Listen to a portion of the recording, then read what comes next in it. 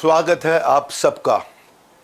बहुत दुखी और परेशान थे, मैं लाइव आया हूं अभी सारे, लेकिन अब वो दुख और परेशानी के बाद एक इमोशन बदला है।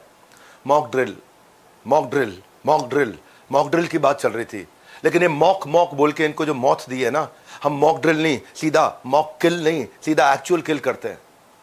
जब सारे के सारे सो रहे थे तो भारतीय सेना जाग रही थी ताकि उन आतंकियों को हमेशा के लिए सुला सके जिनको वो सुला के आए हैं।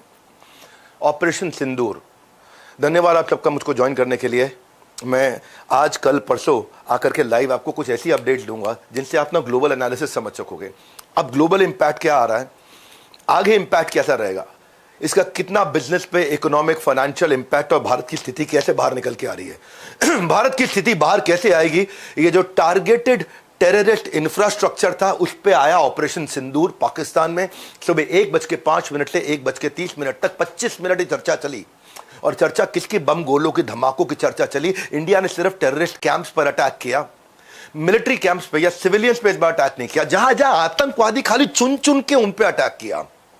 इस बार मिलिट्री को भी माफ किया और सिविलियंस को तो बिल्कुल नहीं छुआ। पाकिस्तानी मीडिया ने कहा मतलब ये पाकिस्तानियों ने हमारे 2 जेट गिराए हैं। पाकिस्तान अच्छा कई बार बहुत दिन से वेट कर रहे हैं अपने, कल से कि प्रूफ देखेंगे, मिल जाएगा, कुछ इंफॉर्मेशन आएगा, कोई ऑथेंटिक सोर्स से आएगा। क्या बोलते हैं पाकिस्तानी लोग कि इंडिया के 2 जेट गिराए। मैं ये सोच रहा हूं जिनके बाथरूम में नहाने के लिए, जिनने पीछे साफ करने के लिए जेट नहीं है उनके पास में, वो हमारे हवाई जेट क्या गिराएंगे। हाँ, पीने को पानी नहीं और हमें पछाड़ने वाले हैं। इंडिया ने जब स्ट्राइक किया तो हुआ ये कि वहां के जो व्लॉगर्स यूट्यूबर्स हैं जो अपने सब्सक्राइबर बढ़ा रहे हैं, उनके भी बहुत सब्सक्राइबर बढ़ रहे थे। उनके यूट्यूबर्स और व्लॉगर्स ने वीडियोस बनाया, इस बात को कंफर्म किया कि भयंकर स्ट्राइक हुई है। उन्होंने कंफर्म किया, पर पाकिस्तानी सरकार तो बार बार बदलती रही। 2 बार हुआ, 3 बार हुआ, 5 बार हुआ, नहीं 2 बार हुआ, 3 बार हुआ, 5 बार हुआ। ऐसा लग रहा था जैसे काउंटिंग भूल गए बेचारे पाकिस्तानी गवर्नमेंट और आर्मी। उनको भी वहां पे इन्हीं यूट्यूबर्स ने, पाकिस्तान के अपने यूट्यूबर्स की बात कर रहा हूं, उन्होंने उनको बहुत ट्रोल किया। सो रहे हैं ये लोग, सो रहे हैं ये लोग, सो रहे हैं ये लोग। उनके लाइव वीडियोस अभी आप जाकर के सर्च करना यूट्यूब पे कि पाकिस्तानी व्लॉगर्स और पाकिस्तानी यूट्यूबर्स क्या यूट्यूब पे वीडियो बनाए पाकिस्तान गवर्नमेंट के खिलाफ, पाकिस्तान की आर्मी के खिलाफ। इस एयर स्ट्राइक में आतंकवादियों के जो मरने की खबर आ रही है, इसमें किसकी आ रही है, मसूद अजहर के परिवार के 14 लोगों के मारे जाने की खबर भी आई है। तो ये ना सिविलियंस है ना आर्मी है। इंडिया ने 9 बार अटैक किया, 4 जगह पाकिस्तान के अंदर और 5 जगह पाकिस्तान ऑक्यूपाइड कश्मीर। ये टोटल 9 अटैक हुए। और इनके तो बार बार वो डिलीट कर रहे थे अपने जो है ना इनके डिफेंस मिनिस्टर, कभी बोले 2 बार, कभी बोले 5 बार, कभी बोले 7 बार, बार बार कंफ्यूज हो रहे। पाकिस्तान ने फिर क्या किया, आप गीदड़ भभकी दिए कि हमारे स्ट्राइक का मुंह तोड़ जवाब देंगे। तो कान खोल के सुन लीजिए, नजर उठाओगे तो नक्शे से उठ जाओगे। क्यों ऑपरेशन सिंदूर? ऑपरेशन सिंदूर ये क्यों हुआ है? ये ऑपरेशन सिंदूर नाम से ही मैं इतना खुद महसूस करता हूं कि पूरा देश, मैं इतना इमोशनली कनेक्ट हो गया। सिंदूर भारतीय संस्कृति में विवाहित महिला और उसके सुहाग के सम्मान का प्रतीक है, और उन्होंने सुहाग के सम्मान का प्रतीक छीना था। पहलगाम में जिस बर्बरता से आतंकवादियों ने निर्दोषों को निशाना बनाया ना, उसमें महिलाएं और बच्चे शामिल थे। वहां पे क्या किया, औरतों को अलग कर करके, हिंदू चेक कर करके, पैंट उतार के चेक कर करके जो गोलियां मारी हैं। इसीलिए जिनका जिनका सिंदूर छीना है उनको वापस इंसाफ दिलाने के लिए जो सैन्य जवाबी कार्रवाई हुई है, इसीलिए ऑपरेशन सिंदूर का इसको नाम दिया गया है। और न केवल सैन्य जवाबी कार्रवाई है ये, बल्कि ये भारत की नारी शक्ति के सम्मान और सुरक्षा का भी प्रतीक है। जिन आतंकियों ने भारत की महिलाओं का सिंदूर छीना था, सब ठीक चल रहा है लाइफ? आप कुछ कह रहे हैं? ओके। जिन आतंकियों ने भारत की महिलाओं का ये जो सिंदूर छीना था, ऑपरेशन सिंदूर ने समझ लो उन आतंकियों को छीन लिया। ये था ऑपरेशन सिंदूर। और कैसे छीना, मैं थोड़ा आपको समझाता हूं। ये केवल मिलिट्री फ्रंट पे नहीं हुआ, ये बहुत दिन से चल रहा था। ये जो पानी रोकने की जो बातचीत है ना, इसके ऊपर आपको एक वीडियो बना के दूंगा बहुत डिटेल में। मैं ये आज की तैयारी नहीं थी, ये तैयारी बहुत पुरानी थी। ऑपरेशन सिंदूर ये केवल एक मिलिट्री वॉर नहीं था, ये एक डिप्लोमेटिक विन था। ऑपरेशन सिंदूर इसको ऐसे समझो कि इंटरनेशनली जब भी कोई कंट्री किसी दूसरी कंट्री पे हमला करती है ना, एक देश ने किसी दूसरे देश पे अटैक किया, उसके देश में जाकर के अटैक किया, तो उसको अग्रेसर माना जाता है। ये एक कॉमन टर्म है जिसको दुनिया भर में माना जाता है, अग्रेसर।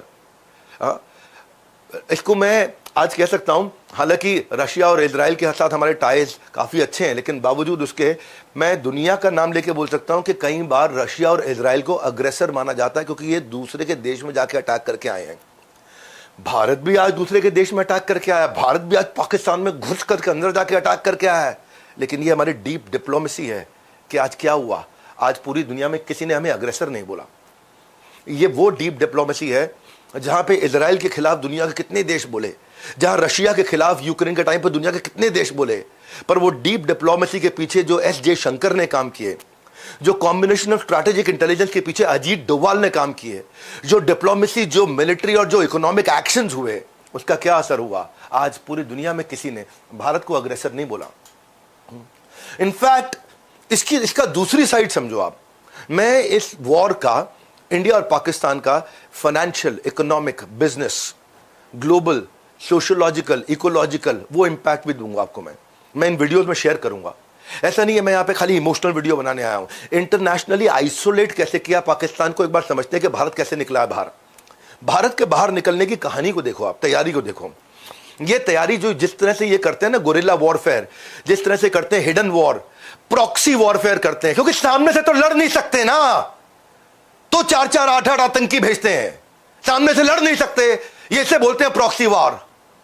ये हमने क्या किया, हमने टेररिज्म के कंसर्न्स को रेज किया यूनाइटेड नेशंस में, यूनाइटेड नेशंस के IMF, वर्ल्ड बैंक में, जिसकी अभी मीट है, जो इंटरनेशनल मॉनेटरी फंड है, जिसने कंसीडर किया था इसको कुछ बिलियन डॉलर देने के लिए, जिसमें से अब कुछ पैसा मिलने वाला था और जिसको जाकर के पूरा जोर लगा के फिर रोका जाएगा ब्रिक्स में।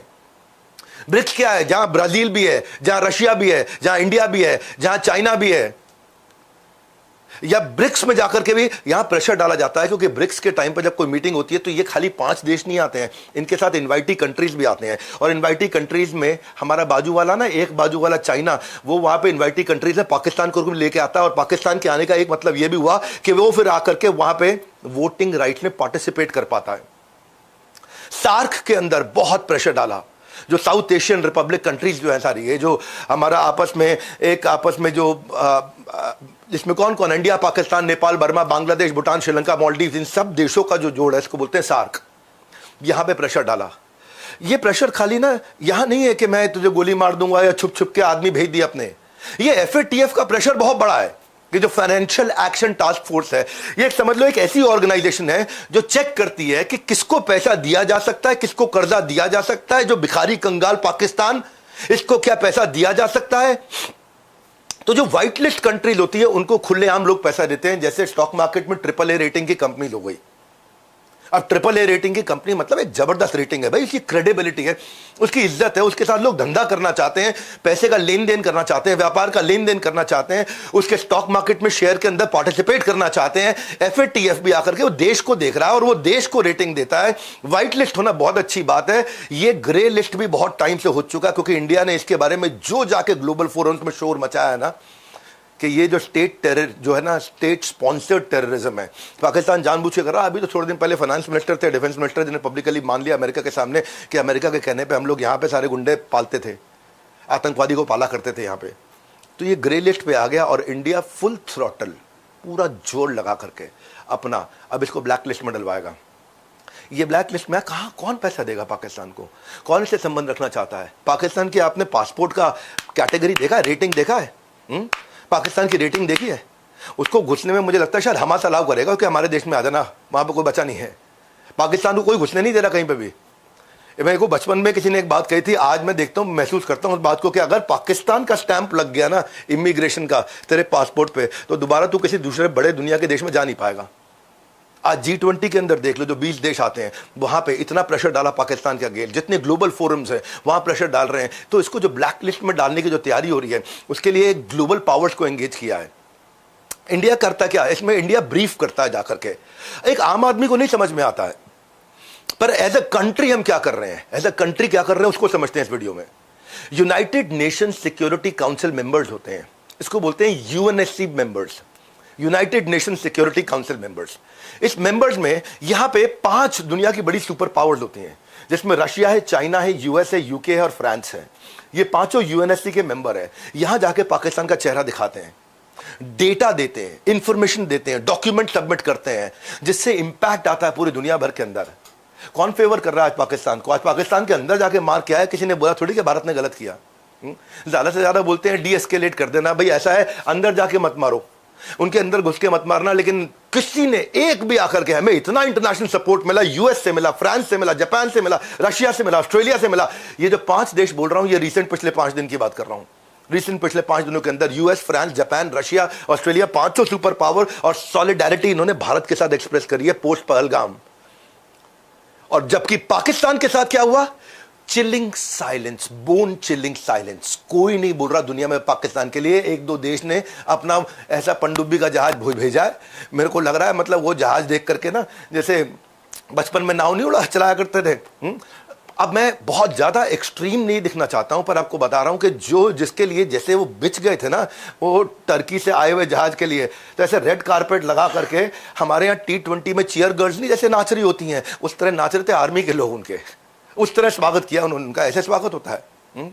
जो चीयर गर्ल्स नाच रही हैं उस तरह से नचा रहे हैं वहां पे इनको। ग्रीन कारपेट है, रेड कारपेट नहीं, इनकी आर्मी का कारपेट है कि ये एक जहाज आया है, एक जहाज आया है, देखो सबको बता दो, ट्वीट मारो, एक जहाज आया है। ये लोग नेवी के रास्ते बहुत कमजोर हैं, बहुत कमजोर है, और हम लोग नेवी के रास्ते इतने पावरफुल हैं। इसका कंपैरिजन आप कई वीडियोस में देख चुके होंगे, इनकी पावर और हमारी पावर का कंपैरिजन। तो मैं उन चीज़ों को रिपीट नहीं करूंगा जो बहुत जगह देख चुके हैं। मेरे को ग्लोबल कॉन्टेक्स्ट शेयर करने, तो डिप्लोमेसी की पावर ऐसी कि आज एयर स्ट्राइक के बावजूद सारी कंट्रीज भारत की निंदा नहीं कर रही हैं। एक वर्ड है डीएस्केलेशन। उनको फॉर्मेलिटी सबको करनी होती है, बोलना होता है फॉर्मेलिटी के लिए, और अंदर जाके मत मारना, कोई आदमी वहां पर आम इंसान ना मर जाए। उससे ज्यादा बात नहीं हो रही। क्यों नहीं हो रही है मालूम है? क्योंकि हमारी स्ट्रेटेजिक पार्टनरशिप में अभी रिसेंटली 3 दिन पहले गेम चेंज कराई हमारी गवर्नमेंट। क्या गेम चेंज कराई? हमारा जो trade and defence tech transfer उनके साथ में जो अग्रीमेंट्स थे, वो $500 बिलियन का टारगेट बना दिया है। 2030 तक कर देंगे। अभी कितना था? $132 बिलियन, उसको $500 बिलियन कर दिया। इससे क्या होगा? थोड़ा सोचा आपने कभी क्या होगा? $132 बिलियन से $500 बिलियन का अगर हमारा धंधा हो गया है यूएस के साथ में, तो यूएस का फाइनेंशियल इकोनॉमिक इंटरेस्ट भारत के साथ है, पाकिस्तान के साथ कहां होगा? जब उसका पूरा फाइनेंशियल इंटरेस्ट, कमाई का इंटरेस्ट, पैसे का इंटरेस्ट, उनकी एम्प्लॉयबिलिटी का, उनके ट्रेड का, उनके जो डिफेंस और टेक के जो ट्रांसफर्स हैं, जो अग्रीमेंट्स हैं, जो माल का आवाजाही है, $500 बिलियन बहुत होता है जाने मन। उतने का असर आ गया। अब अगर असर आ गया तो वो कहां पाकिस्तान के साथ में खड़ा हो पाएगा? ये कब किया जी? प्रधानमंत्री 3 दिन पहले कर दिए, 3 दिन पहले इनके पहलगाम के बाद में, ताकि कहीं से किसी की आवाज ना उठ जाए। अगली बार और धमाका स्ट्राइक मारेंगे तो कोई कुछ बोलेगा नहीं है जी। ये क्या पीछे पीछे तैयारी करे? ऐसा करते छत्रपति शिवाजी महाराज, अकेले नहीं लड़ते थे, ऐसा करा करते थे महाराणा प्रताप, ग्लोबल अलायंसेज उठा के लाते थे। तो ये जो है, अच्छा उसके बाद इतना ही नहीं किया, कल एक और काम हो गया। शाबाश, ताली बजाओ भाई साहब, ताली बजाओ। कल एक और काम हो गया। कल क्या कर दिया? पूरा ही फ्री ट्रेड अग्रीमेंट कर दिया यूके के साथ में, पूरा फ्री ट्रेड अग्रीमेंट कर दिया यूके के साथ में। अब आ जाओ, एक बार और स्ट्राइक मारेंगे, यूके कुछ नहीं बोलेगा, अपने थोड़ा फाइनेंशियल इंटरेस्ट जनरेट कर दिया वहां पे, दोस्ती हो गया, पूरा धंधा कर। अरे बहुत इंटेलिजेंट लोग यार हमारे पास है, हमारे देश में। हम कई बार हल्के में ले लेते हैं अपने देश को। अगर सुन रहा कोई पाकिस्तान से तो वो समझ जाएगा इस बात को। समझ इसलिए जाएगा क्योंकि ना उसको जाकर चेक करना है। पहले क्या चेक करना है भैया बताओ? क्या चेक करना है? बाथरूम जाके चेक करना है, पीछे धोने के लिए जेट है कि नहीं है। बोला जेट गिराएंगे ये। आज कड़वा बोल रहे हैं आपको, लेकिन इसको पकड़ लेना। डिफेंस और इकोनॉमिक के जो टाइज हमारे यूएई के साथ में, यूनाइटेड अरब एमिरेट्स और सऊदी अरेबिया के साथ है, जिसने हिस्टोरिकली पाकिस्तान को सपोर्ट किया, लेकिन आज उनके डिफेंस और इकोनॉमिक टाइज जो हमारे साथ बिल्ड हुए हैं, पिछले कुछ सालों में बिल्ड हुए हैं। क्यों नहीं आवाज आ रही कहीं से? क्यों नहीं आवाज आ रही? आज देखो सेंट्रल एशिया से, मिडिल ईस्ट से, वो जो आवाजें एक्सपेक्टेड थी मिडिल ईस्ट और सेंट्रल एशिया से कि भाई हम लोग जो मुस्लिम ब्रदरहुड की आवाजें आनी चाहिए थी, नहीं आई ना। पाकिस्तान के फेवर में कोई नहीं खड़ा हो रहा। एक होता है क्वाड अलायंस। क्वाड अलायंस होता है 4 देशों के बीच में, जिनको नहीं मालूम गूगल कर लो। क्वाड अलायंस 4 देशों के बीच में, इंडिया, यूएस, जापान और ऑस्ट्रेलिया। यहां से क्या किया है? यहां से इनको समुद्री जो कनेक्शन है इंडिया, यूएस, जापान और ऑस्ट्रेलिया का, इससे क्या किया? चाइना और पाकिस्तान का एक्सिस इन्फ्लुएंस समुद्रों की तरफ कम करने के लिए ये चारों ने आपस में बहुत मजबूत कर लिया। कौन कौन? India, US, Japan, Australia. अरे किधर भी पाकिस्तान का नाम क्यों नहीं सुनते यार? सुना करो ना। क्यों? उनको क्या है, नजर ही बहुत छोटी है। नजर क्या? Guerrilla warfare. गोरिल्ला वॉरफेयर भी बहुत बड़ा वर्ड बोल दिया इनके लिए। तो ये प्रॉक्सी वॉरफेयर, छिपके जा छिपके जा छिपके जा, ये गोली ठू मार के आ जा, छुपन छुपाई, धप्पा, आइस पाइस। ऐसे मेन खुल के नहीं आ सकते पाले में खेलने के लिए, आमने सामने से युद्ध नहीं कर सकते। आज क्या बोल रहे हैं, क्या जवाब दिया इन्होंने आज, हम नहीं कोई जवाबी कार्रवाई करेंगे अगर भारत रुक जाए तो। अब तो तुमने बोलना ही था जी, अभी तो तुम्हें समझ में आ गया इंडस वाटर ट्रीटी का जो भी सस्पेंशन हुआ है। अभी इंडस वाटर ट्रीटी के सस्पेंशन का जो पूरा इंपैक्ट आने दो, अभी जैसे जैसे इंपैक्ट आएगा ये हर जगह से गला घोटा जा रहा है। आप सोच रहे हो कि अगर हम लोग जो है एयर स्ट्राइक करके आएंगे तभी कुछ काम होने, काम बहुत चल रहा है भारत का, इसको समझो जो ग्लोबल इंपैक्ट आया है। आज आप ये समझ लो कि भारत का पाकिस्तान के साथ किसी भी प्रकार का बायलैटरल, किसी भी प्रकार का शिपिंग, किसी भी प्रकार का लॉजिस्टिक ऑपरेशंस का ट्रेड नहीं हो सकता। इसका अर्थ क्या हुआ, एयर स्पेस में, हवा में, जमीन पे, समुद्र में किसी भी देश के साथ, कोई भी देश पाकिस्तान के साथ में इस्तेमाल करते हुए, धंधा करते हुए हमारी हवा, हमारी जमीन, हमारे पानी का इस्तेमाल नहीं कर सकता। नहीं समझे आप? हम बोल रहे हैं, ये तो हम कह ही रहे हैं कि हमारा पाकिस्तान से धंधा नहीं हो सकता, लेकिन समझो कि मिडिल ईस्ट से कोई जहाज आया जो भारत के तट पर रुक के पाकिस्तान सामान लेके जा रहा, नहीं जा सकता। आप ये समझ लो कि सिंगापुर के साइड से कोई जहाज आया और उसको भारत के ऊपर से निकलना पड़ेगा पाकिस्तान जाने के लिए, अगर पाकिस्तान जाने के लिए जा रहा तो नहीं जा सकता। यानी कि हमारी जमीन, हमारी हवा और हमारा पानी का इस्तेमाल किसी भी देश को अब पाकिस्तान के साथ में करने के लिए अलाउ नहीं किया जाएगा। ठीक बात है कि नहीं भाई लोगों, यस नो? कितने बड़े इंपैक्ट है ये। दम घुट रहा अंदर से, लेकिन फिर भी अजी नहीं बोलेंगे हम तो जी जान दे देंगे, खून। अरे अभी जान कहाँ दोगे, जान तो तुम्हारी बची कहाँ अंदर, जान बची कहाँ? जो पुराने तुम्हारे पास बचे हुए 1970s की थोड़ी बहुत आर्ट ले है जी, उसमें भी क्या होता है, कभी कभी वो हमारे यहाँ हम लोग दिवाली में भी उड़ाते हैं, ऐसे ही फुस हो जाता है ना, पूरा ऊपर तक आता नहीं है। तो मैं ये बोल रहा हूँ आपको कि स्ट्रिक्ट फाइनेंशियल चेक जो FATF के द्वारा किए गए हैं वो रिपीट करने वाली बात है कि फाइनेंशियल एक्शन टास्क फोर्स का जो इम्पैक्ट है उससे आज पाकिस्तान में FDI, foreign direct investment, FII, इसको क्या बोलते हैं, इंस्टीट्यूशनल इन्वेस्टर, कोई भी पाकिस्तान में आज एंटर नहीं करेगा। क्यों नहीं कर रहा है? FATF देख रहा है ना, इनकी रेटिंग गिरती जा रही, खत्म होती जा रही है। और ये कहाँ रिफ्लेक्ट होता है? इनके फॉरेन रिजर्व के जो, इनका जो फॉरेक्स रिजर्व जो है पाकिस्तान का, उसमें रिफ्लेक्ट होता है।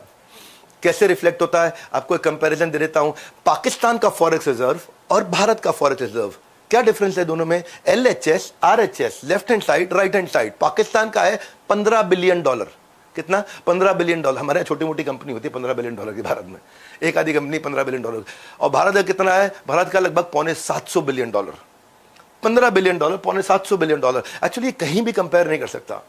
सो वी आर फार अहेड। अपने को कहीं घबराने, टेंशन लेने की जरूरत नहीं है। ऑपरेशन सिंदूर जो था ना, इससे सिर्फ दुश्मन को सबक नहीं सिखाया है, बल्कि दुनिया को भी याद दिलाया है कि भारत न कभी झुकता है न कभी रुकता है, हाँ आगे बढ़ता है। ये सुभाष चंद्र बोस जी के टाइम से जो दितो डाक सुने क्यों ना याश बे तौबे एकला चलो रे, और अकेले चलते चलते इन्होंने पूरी दुनिया को साथ में ले लिया सुभाष चंद्र बोस ने उस टाइम पे। आज भी यही किया, आज पूरी दुनिया को साथ में ले लिया। मार के आते पाकिस्तान को, सब चुप रहते। मेन मुद्दा समझ में आ रहा है आपको? आपके गांव की बात को सोचो। आपके गांव में सोनू मोनू दो भाई रहते हैं, उनका झगड़ा हो गया बाजू में किसी से, जाकर के उसको मार पीटा है, खूब मार पीटा है, पूरा गांव में कोई कुछ बोला नहीं, सब चुप। ये है मेन मुद्दा। आप समझ में आई बात? इसको ऐसे समझो, आपके गांव में सोनू मोनू अपने पड़ोसी को कूटाते, पूरा गांव चुप, सरपंच भी चुप, सारे के सारे पंच चुप, कुछ बोले ही नहीं। वो आजू बाजू का गांव भी भाग रहा है, उधर के सरपंच भी चुप। क्यों? सोनू मोनू ने सब जगह सेटिंग कर रखी है पहले ही। ये है मेन हमारा देश इस समय। ऐसे इसको ना साधारण भाषा से समझो कि बात समझ में आएगा। आज पूरी दुनिया ने देखा है भारत सिर्फ शांति चाहता है, लेकिन जरूरत पड़े ना तो फिर जवाब देना जानता है, और वो भी मुंह तोड़ जवाब देना जानता है। जय हिंद, जय भारत, भारत माता की जय। नमस्कार।